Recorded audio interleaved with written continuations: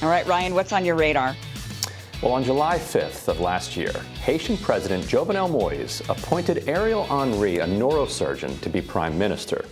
On July 7th, Moïse was assassinated. In the hours after he was killed, we now know that Henry traded phone calls with a man who is alleged to be at the center of the operation. We also know, thanks to a recent New York Times report, that the alleged financier of the operation said that he only participated because he was told the U.S. had approved of it. Finally, it's worth knowing that the assassins were brought in by a U.S.-based mercenary firm. So with that context, consider this testimony given in March at a little-noticed House Foreign Affairs Committee hearing headlined Policy Recommendations on Haiti for the Biden Administration. This is a former ambassador to Haiti, Pamela White, being questioned by Democratic Representative Ted Deutsch. I just want to address the position that's been emphasized by some of our witnesses and members here today, which is that any election or referendum that is overseen by the Moïse administration would automatically be seen by the Haitian people as illegitimate.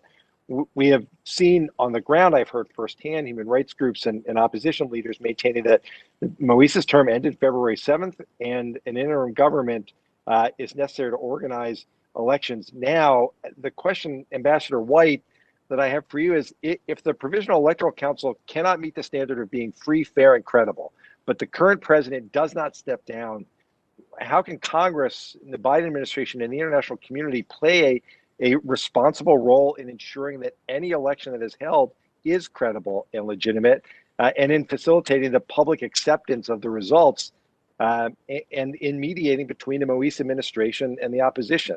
That's what we're trying to do. I think that's what we need to do. Ambassador? It would be nice if he would step down, but I don't think that's going to happen. So I think that we sort of put him aside at the best of, in the best of all worlds, and we have a prime minister appointed that is non-corrupt, that is not from the political sector, it's not from the private sector. There are several really good candidates. I'm not going to name them, but there are several. And then we have this summit that we put out the OCEP. We have a summit where the actors come back to the table and we discuss how we can get the right representation in order to have a CEP that is credible. I mean, that is one solution that I can see happening within the very near future. I think the problem with transitional governments is then we're in that mess again, and it slows down everything again. It's not that in fact, I wrote a piece, or I talked to a piece in the New Yorker a couple of years ago when I said I think that's exactly what we need. But I think right now we could use the prime minister option. The prime minister option. So that video has been circulating in Haiti and among the scattered Haitian diaspora, but hasn't been previously reported on. So I reached out to Ambassador White, and she said she was stunned that anybody might think from her put aside comment that it meant she was suggesting something nefarious. Good grief, this cannot be true. As I said in my testimony, if he stays in power. No one in their right mind would think I had anything to do with his assassination. So no, I do not want to clarify a statement that was very clear. I have been proven right. Moïse was not presidential material. He had totally lost the support of the Haitian people with reason. This entire saga is just unbelievable. You have more than enough nefarious characters to investigate. I am not one of them. So because Moïse's term had initially been delayed in starting, the president had been arguing that the February expiration of his tenure was premature and that he planned to remain in power until new elections were held. The U.S. was unsatisfied with that approach and was urging a faster transition. So White appears to mean, quote, put aside in the sense of hypothetically discussing the future of Haiti without him as an obstacle. But the phrase takes on new meaning given what happened less than 4 months later. So the comments have circulated in Haiti online, raising more suspicion on the island that the U.S. approved of the operation against Moïse. So as we talked about before on this show, a prosecutor charged with investigating the assassination revealed that Henry had had 2 phone calls immediately following the killing with Joseph Barriot, the man accused of having run the operation. The alleged financier of the operation, who was arrested Friday in the Dominican Republic at the request of the United States, had previously said in an interview with the New York Times that he only participated in the operation because he was told by those involved it had the approval of the U.S. After saying that there were several quality candidates for the prime minister position who could take power after the president was put aside, White suggested the next step would be to create a council with enough legitimacy to stabilize the government. The CEP, she mentioned, refers to the Provisional Electoral Council, which oversaw elections. In 2004, a, quote, Council of Sages, a group of 7 Haitian leaders propped up by the U.S. after the coup that ousted Jean-Bertrand Aristide, which was a U.S.-run coup, Henri was a member of the Council of Sages. Now, White was a Foreign Service officer in Haiti from 1985 to 1990 and served as ambassador from 2012 to 2015. Earlier in her testimony, White used a separate version of the phrase put aside, which buttresses the idea that she was talking about how Haitian politics could unfold in his absence, not necessarily that creating his absence ought to be an objective. Quote, it is difficult for me to imagine having successful elections this year in Haiti. Putting aside for the moment the question of President Moise should have left in February or should he leave next February, I do not know the answer, but I do not believe that right now the necessary institutions are in place to assure a smooth transition. The USG, the OAS, and the UN have all stated that Moise's term ends in 2022, but several Haitian constitutional experts, as well as Harvard, Yale, and NYU law school clinics, disagree, she testified. Here are a few quick suggestions, she added. If President Moise will not step down, he should step aside. He must be completely transparent and honest. He must bring relevant actors to the table. A well-respected Haitian should be appointed prime minister. He or she should immediately dissolve the current CEP and call a summit with all relevant political actors to establish a legal CEP. So in mid-September, the Haitian prosecutor revealed the allegations about Henri's role in the assassination.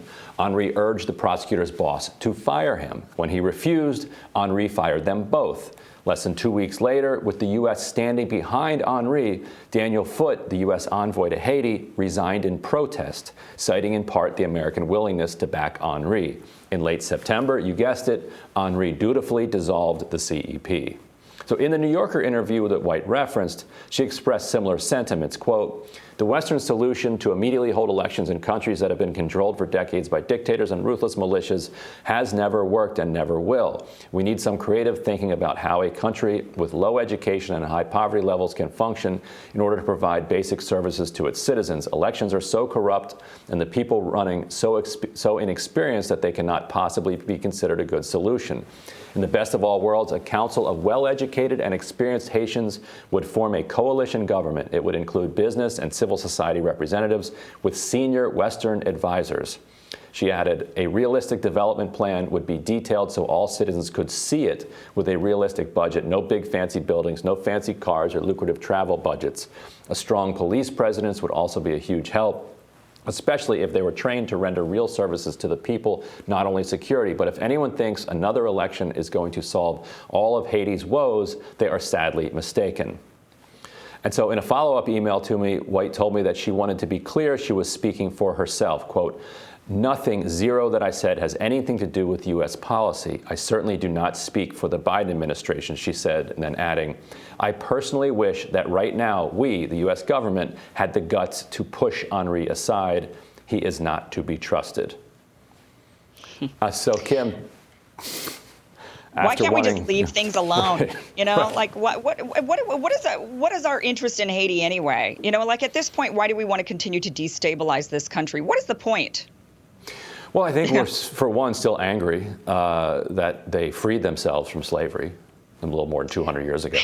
That just seems so, that was so long ago. You know, it's like, get over it. I just don't feel like, I don't know, there has to be something else there for us to continue to want to meddle. Even though, yeah, I get it. The U.S. government is saying, no, we had nothing to do with this. But all signs are pointing towards, looking pretty suspicious here. So what are we doing? Why do we continue to meddle in Latin America and South America? What are we doing? And there are two kinds of American coups. There's the coup that we just physically carry out ourselves, like with Aristide in 2004. Like we put him on a plane and flew him out of the country. So that's pretty direct U.S. involvement right there.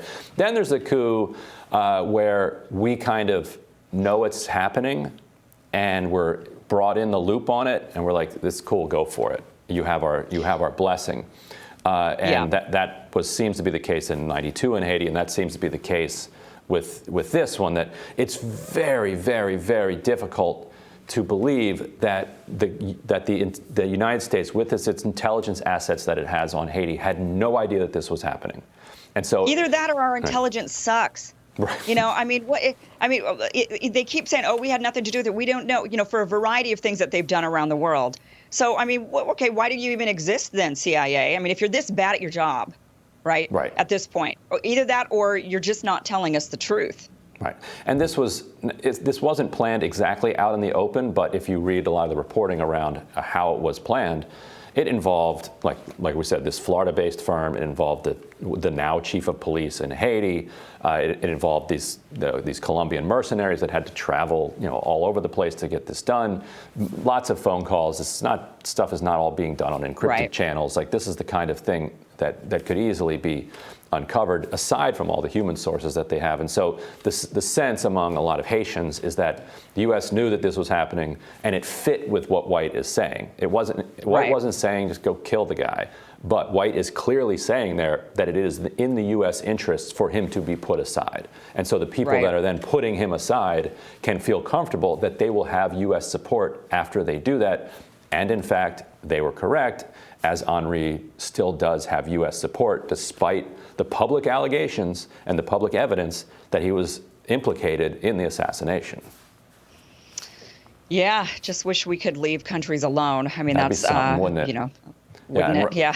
Right. The other thing that has people suspicious, right before, not long before Moise was killed, he had taken a trip to Turkey, which is facing toward Russia and China, and so there was all this angst that, wait a minute, is this another country within our hemisphere that we're bungling so badly that now it's going to be out of our influence, and China and Russia and Turkey are going to be involved with them? And so all of these things mixed together, and here we are. All right, and we will have more. Why wouldn't they, right? Yeah.